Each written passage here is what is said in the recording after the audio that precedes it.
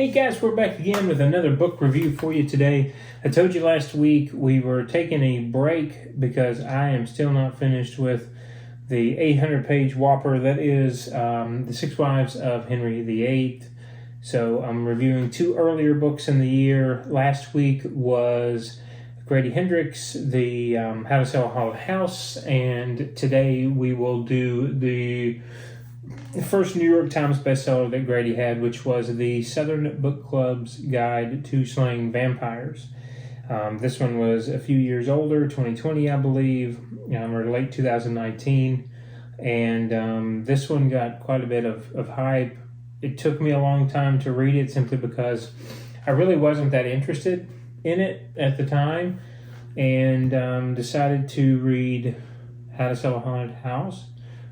Liked the way that he wrote, and so decided to take a step back and read an older novel of his. So I'm going to go through that, review that, and then tell you a little bit about my Amazon Kindle and what I did with that. So the Southern Book Club, I would say off the bat, is very nostalgic for me. Again, few years of age difference between he and I. So he set this in the 1990s. So there was a lot of nostalgia there. Set it in the South, nostalgia there. He, again, stays close to Charleston, South Carolina. I think that's the environments that he usually uses for his backdrop of all of his current novels anyway. This one, again, like the last one, a little bit funny, really interesting, okay dialogue, and a little bit of a different take on an old evil, right? I mean, vampires are very, very common. I would say if you mixed Dracula with Steel Magnolias, something like that, you would probably get a little bit of a mashup of what we see in this book. Again, just under 400 pages, not very lengthy, but fairly well done. Off the bat, I would probably give this one a little bit less of a score than I give How to Sell a Haunted House. This one is probably under a 4 out of a 5, so maybe an 85%, something like that, I would say. I think that's a pretty fair score there. So, kind of digging into it, we're looking at a suburban neighborhood. We're looking at housewives that do not work. Very quintessentially late 80s, early 90s, with 1.5 children, with typical house, with all middle income individuals, some maybe upper middle.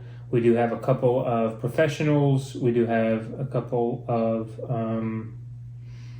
blue-collar workers. But again, the wives get together. They've known each other for some time, either through husbands with college or through high school, and have a book club that they meet every so often. I can't remember if it's every Thursday or every Saturday. And then one, the main character, Patricia is her name, has a neighbor move in beside of her, and we slowly begin to pull back the curtain on whether or not this individual is a vampire. And so we look at different aspects of things that are going on in this town now. Example, children missing, versus things that have gone on in other towns, as we find out more about the neighbor. And then, of course, the neighbor is getting close to Patricia and her family, and really, what do we do and how do we end up defeating this individual after we try to convince our book club and our friends that this is actually a person who is a vampire that has lived for many, many, many years. And so they take her as her friends at first as an embellished,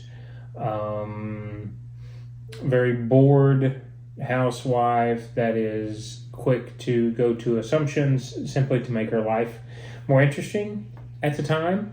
Her and her husband are having some issues. Again, it's kind of on point for the time as divorce was becoming more normalized in the early 90s and more commonly accepted might be the right phrase there. And so we have to get over Patricia being Patricia, if you will, before the book club really decides whether or not to help her. And so we go back and forth, really kind of doing a little bit of self-assessment too, both within what we're reading and about our main character, because Patricia does kind of seem a little bit flighty. And so what really begins to evolve is we shift to true crime in our book club. And when we shift to true crime, we start looking at The Stranger Beside Me, so Ann Rule's book on Ted Bundy. We read Capote's in True Blood and Cold Blood. True Blood, wow. In Cold Blood. And we look at Helter Skelter. We talk a little bit about Jim Jones, and so we kind of try to go down the same rabbit hole that all of her other friends are, and figuring out, is this in fact what's occurring? Is this, again, the bored housewife that has lost all interest in home as far as husband and kids and is looking for an outlet, or, is this an actual evil, if you will? And so let's just say, without going too deep into spoilers, that we find out it's a little bit of both. We'll put it that way. Grady makes it very PG rated. So even though it may be a vampire, even though it may be a person who is in town and feeding off of children, there is no bloodshed, there are no murders, there are only mysteries. And so I say that to say, again, very smartly, what he decided to do, based probably on his own childhood experiences and childhood movies that he was watching, as we all did at that time, that in the end we're going to have a happy ending. There may be bad things that happen, but not to the point that someone is going to die. And so that's how he set this book up. So you have to give him a little bit of credit for kind of going back and recreating probably some of these core childhood memories while trying to keep it fresh and publish it in 2020. So I have to give him some points for that, even though I would say a younger audience now picking up that book for the first time would potentially be bored with it because of the lack of shock value versus what they experience on a daily basis and what they have access to. So for me, again, I would say your audience, well, your millennials definitely, but anywhere in their 30s to 50 is going to be able to read this and relate and identify and kind of nod and snicker and grin at all of the memories pulled, all of the pop culture, little nods and tags along the way. And I would say that could be an enjoyable read. It's not a hard read. Again, I've talked about the dialogue. The dialogue was a little bit wanting considering this was an older book than the last book. I feel like he did a much better job with dialogue and how to sell a haunted house. This dialogue fell flat a little bit. Again, some superfluous things that maybe not at times not needed to be said, maybe at times was very predictably said and not creatively so. And then there were other times that it, was completely appropriate but fell a little bit flat. So, on that. But again, overall, solid B work. Can totally get how, I'll just say, my generation's take on this would have been a popular one, and how it did get on the New York Times bestseller list. Again, definitely with the pop culture of that day. Again, 2020 kind of starting that trend of reliving the 90s, so to speak.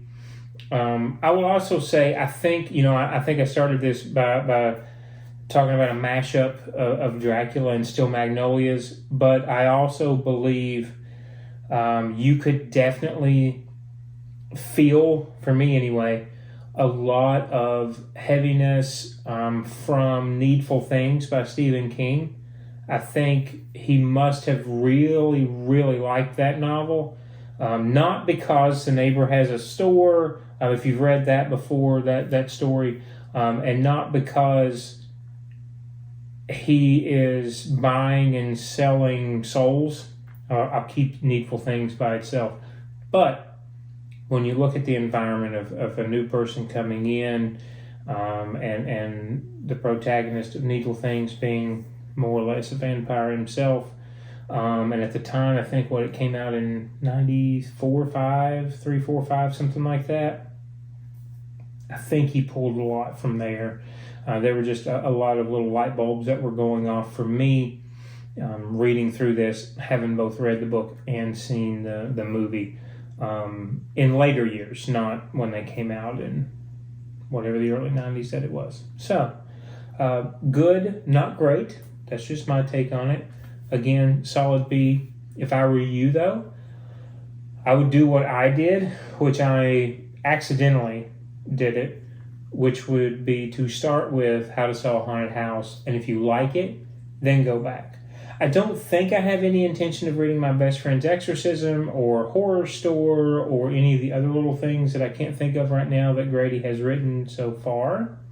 That's not to say that I won't read him again in the future if the material is interesting, but for me, while it was nostalgic and it made me chuckle because I could see so many things of my mother and my friends' mothers in these ladies' characters, or characteristics, and personalities, it still just was a little better than okay. I hear they're making a TV series about it. I might give it a watch. We may do a little review on that. I might get Julie interested in that. But for right now, that's kind of where it ends for me with this book and with Grady's current writing. So, quickly on to my Kindle Oasis. I have talked about my Kindle Oasis before. It is waterproof. Most of them are. I think all but one version of the Amazon Kindle is waterproof. And, we've all dunked it, and I've got it sitting here.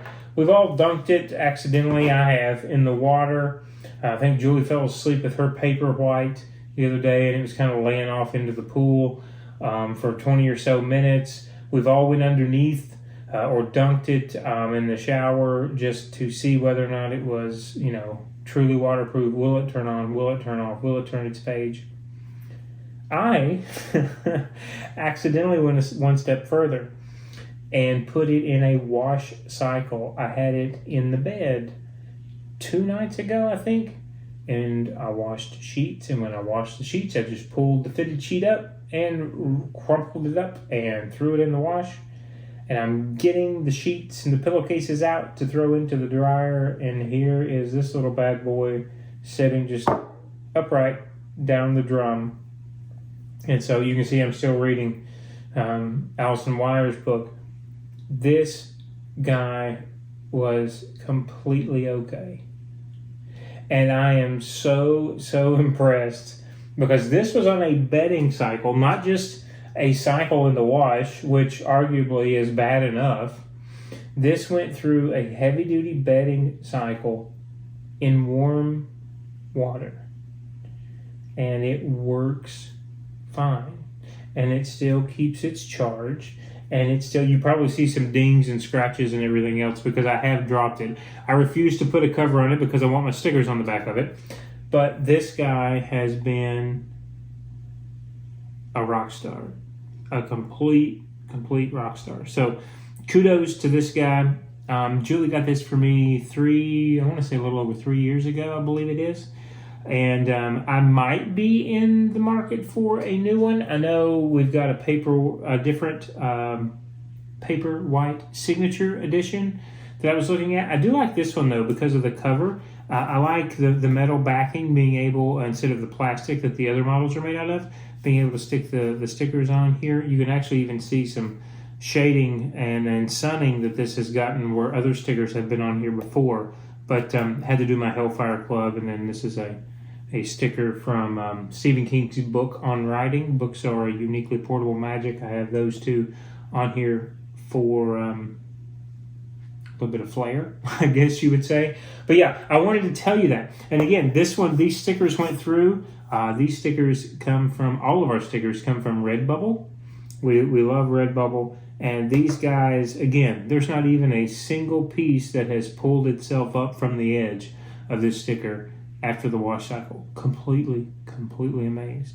So I had to throw that in at the end to let you guys know, if you're in the market for an e-reader, I love it. The non-glareness of it, the battery lengthiness of it, and now the waterproofness of it.